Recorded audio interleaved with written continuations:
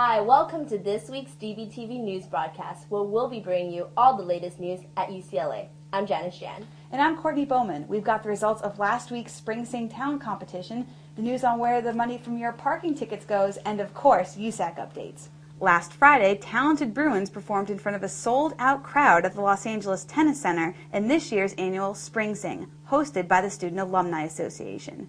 Reporter Yvonne Liao has the scoop on this musical tradition. Singing, dancing, skits, and more filled this year's highly anticipated Spring Sing, an annual music competition hosted by the UCLA Student Alumni Association. The Los Angeles Tennis Center was filled to the max as students came to support and to be entertained by this year's performances. 15 artists from the categories of a cappella, solo, duet, band, and production took center stage and were evaluated by a panel of judges, which included Tom Anderson, the creator of MySpace, and Lark Voorhees, known for her role as Lisa Turtle from Saved by the Bell. Of course, it wouldn't have been Spring Sing without the hilarious Spring Sing Company, who filmed and prepared outrageous skits that were performed between every musical act. Poking fun at the movie 300 and Spider-Man 3, to sorority girls' Facebook, MySpace would never do this to me! Take me back, Tom! And more. Company's fresh and dynamic routines kept the audience rolling with laughter and on the edge of their seat. The evening's annual recipient for the George and Ira Gershwin Award, established in honor of George and Ira Gershwin's contributions to American music, was legendary arts impresario Quincy Jones. At the end of the night, everyone was brimming with anticipation to see who had won in their category. Bruin Harmony won for Best A Cappella Group,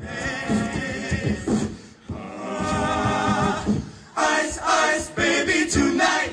Horse Crash for Best Duet, Whatever you may see, just see. Wherever you may live, just live. Jarrell Perry and the Ambassadors for Best Band,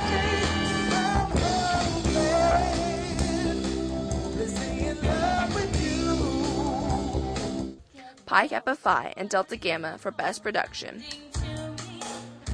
Just take a few rhythm and see, would you take my flyer? and Katie Bowick for Best Solo and winner of the Best Overall Performance Award. I'm among those unfortunate kind, as a result I'm colorblind. For the performers, the committee, and the audience, Spring Sing was much more than a talent show. Not only is it a Bruin tradition that dates back to the 1940s, Spring Sing celebrates the beauty of music and creativity and was a night that many will always remember. This is Yvonne Liao reporting for Daily Bruin Television.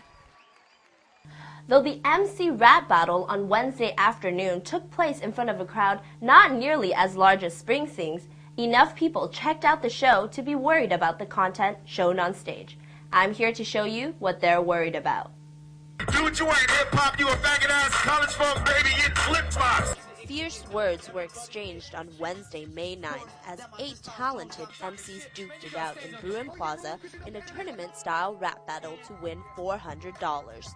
Sponsored by the Campus Events Commission, the MC rap battle was a rap war open to all challengers and spectators. The show ended with Jean-Pierre Giannoli from Long Beach taking home the grand prize. Make some noise, Pierre, the first ever winner of the MC battle. Though most of the crowd was entertained by the battle, several audience members expressed concern at the type of language used on stage. I like the idea of it because I'm a really big hip-hop fan, but I don't think it went really well. They didn't put down a lot of rules for the people battling because they didn't really take into consideration the crowd. There were a lot of derogatory remarks made about different ethnic groups, about women, and a lot of terms that were used were just really offensive to a lot of people. I thought it was great, just to see like students out there promoting the things that they love the most. But at the same time, I do think that it was a little derogatory in terms of how far they went. You can cross the line and kind of like push the border a little bit, but some of the things they said, I was like, oh my gosh, I don't know if this is something even I want to be listening to. One audience member was so upset about the remarks, the UCLA Lesbian, Gay, Bisexual, Transgender Campus Resource Center was contacted to be made aware of the event. Some of the profanity-laden phrases the MCs freestyled at the battle refer to homosexuality, race, and body weight. Others did not view the foul language as something to worry about. In fact, these words are considered common lingo for the hip-hop world. It's all fun and games up there. I mean, you gotta do what you gotta do. You gotta make fun of people in order to get cash, in order to get the crowd to get into it. So I mean, when you're on stage, I mean, you're a different person. You don't need to be friends out that. It's strictly just battling, you know? The time when people are saying it is because A, it's an easy way to diss someone, and B, I mean, you can rhyme a lot of shit with the word gay, so what the hell? I mean, it's really it's nothing personal. Like no one's saying it because they're actually like homophobic or anything.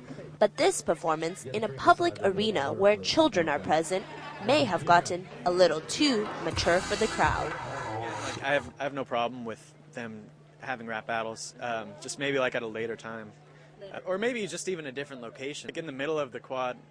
With like kids around and stuff like that. Like, I don't know if it gives off the right image that UCLA wants to portray.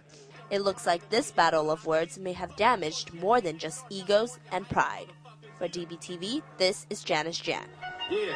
As of this time, both the Campus Events Commission and LGBT Center were unable to comment.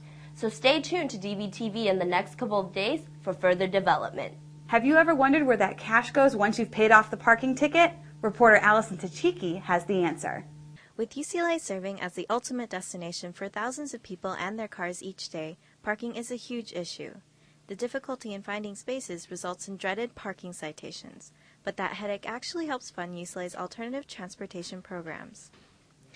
By state law, 100% of the revenues from parking citations are given to programs designed to help you avoid those parking tickets next time around.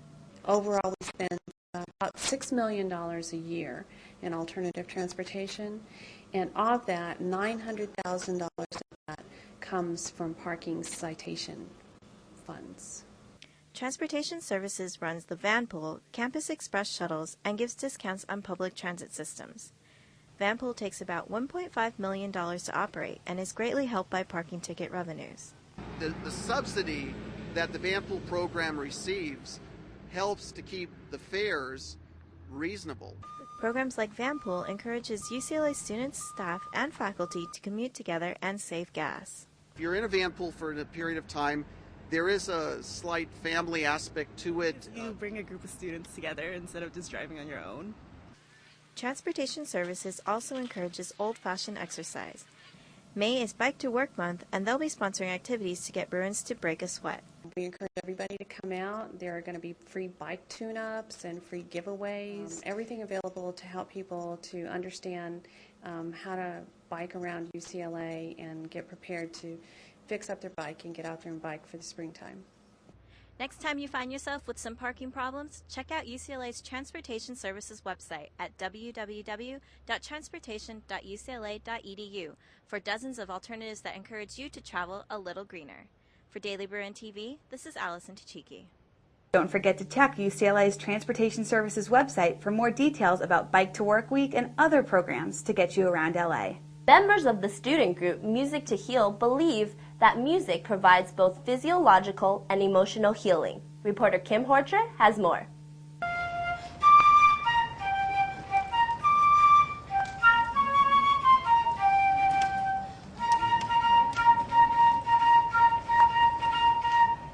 Old favorites, contemporary a cappella twists, and a taste of world music. Volunteers of the on-campus group Music to Heal entertain with this eclectic yet familiar mix to a captive audience comprised of a somewhat different demographic than most college performance groups would expect at the Westwood Horizon Senior Center. They could all sing well, they sing in tune, they know what they're doing, and they get up there with such assurance in their movements and their desire to please. What else can you ask for? But entertainment isn't the only reason why people come to these performances. The volunteer performers hope to improve emotional as well as physical well-being through music therapy.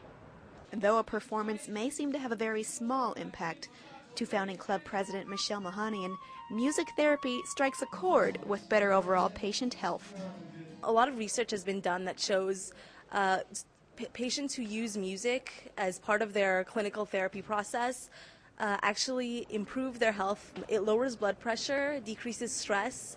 It just causes an overall atmosphere that's more relaxing and calm, and that aids in physiological as well as emotional healing. Music to Heal offers a unique mode for student performers to channel their musical talents into a kind of healing. And as a perhaps unintended side effect, student volunteerism inspired a more positive outlook of college students and the younger generation in the eyes of the elderly audience. To me, it's uplifting because you begin to read and you think, oh, in my time when we were young, you know, lately you read about, oh, this kid did this. I don't buy that. When you look at their faces, you know they're not just playing to hear themselves. They're playing to make people enjoy what they're playing. From Westwood Horizons, this is Kim Horcher, DBTV News. Voting for USAC elections ends Thursday, May 10th at 7 p.m. So if you haven't cast your vote yet, log on to MyUCLA. Once you're logged on, you'll see an icon above your study list that says Elections. Click on that and start choosing your favorite candidates. If you're unsure about who to vote for, watch DBTV for candidate clips at www.dailybruin.com. Results are in Thursday around 11, and DBTV will have coverage of your new USAC officials. That's all we have for now. Thank you for watching the show. We'll see you next week.